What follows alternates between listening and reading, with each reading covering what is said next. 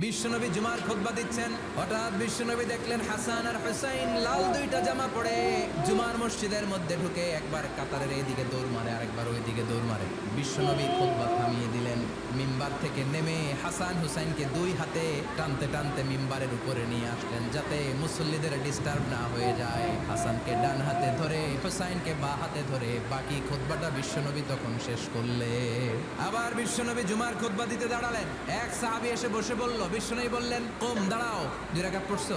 সাহাবী কয় না, পড়ি নাই। বিশ্বনবী বললেন, 2 রাকাত পড়ো। খুতবার নিরবিচ্ছিন্নতাকে ভঙ্গ করে বিশ্বনবী তাকে দাঁড়াতে বললেন, 2 রাকাত নামাজ পড়তে বললেন। তার মানে খতিব সাহেব মন গড়া শুধু খুতবা দিয়ে যায় না, ডানে বায়ে কোথায় কি হচ্ছে সবকিছু নজরে রেখে, কন্ট্রোলে রেখে সামাজিক সব সমস্যার কথাগুলো তুলে ধরে অসামাজিক কার্যকলাপের বিরুদ্ধে হুঙ্কার দিয়ে জুমার প্ল্যাটফর্মটাকে শক্তিশালী করাই হচ্ছে একজনের খতিবের দায়িত্ব। চিল্লাই কোন ঠিক কিনা?